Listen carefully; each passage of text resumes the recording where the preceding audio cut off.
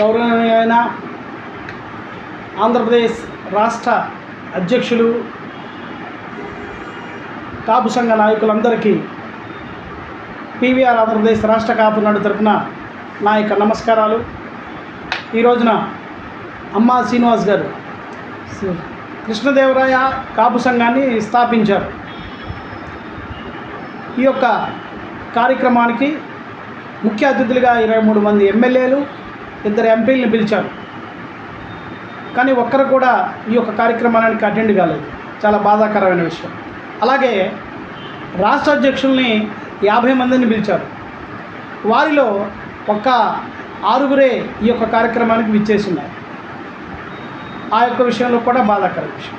కానీ ఒక రాష్ట్ర అధ్యక్షులు ఎంతో బాధ్యతతో మెలగాలి, ఎన్నో ఆటుపోట్లు ఎదుర్కొంటూ ముందుకు నడుస్తుంటారు. అది కూడా మీకు తెలుసు శ్రీనివాస్ గారు.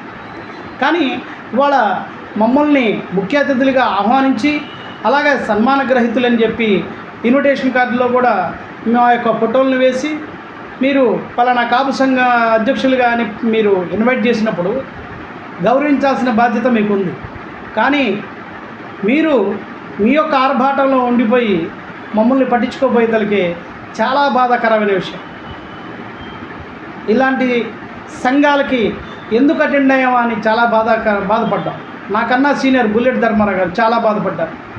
దయచేసి ఇలాంటి కార్యక్రమాలు చేసేటప్పుడు రాష్ట్ర అధ్యక్షుల్ని ముందుగా గౌరవించుకునే ఈ యొక్క కార్యక్రమాన్ని ప్రారంభించండి.